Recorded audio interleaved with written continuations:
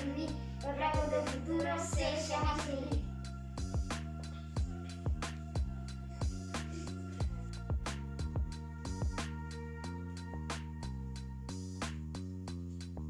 Proyectamos sus sueños, aquí no soy rural, en nuestro pueblo orgullosos están.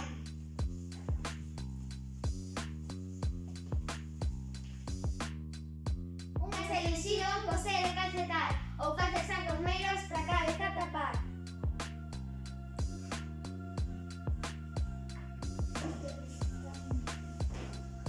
Outros preferían coidar dos animais e muxo unhas vaquiñas que moito se dan.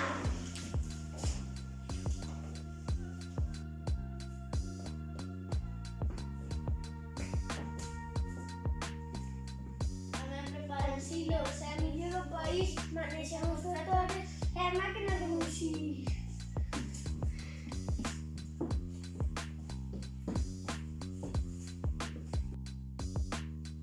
Outras o que quixeron foi horto para plantar e con seus alimentos facer un bo xantar.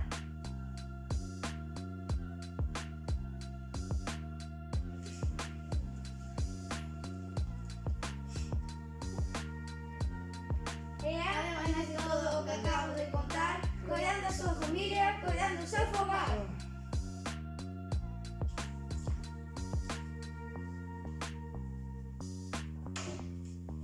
Atenden as aboas e tamén os avós. Atenden as súas nenas e coidanos a nós.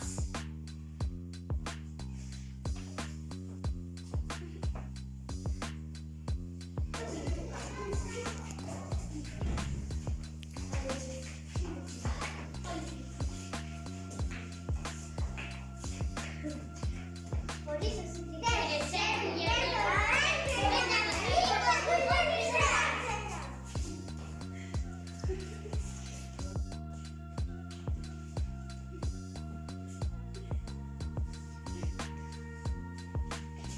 Aquí as rúas son de erva natural e os cantos dos paxaros son o libro que hai.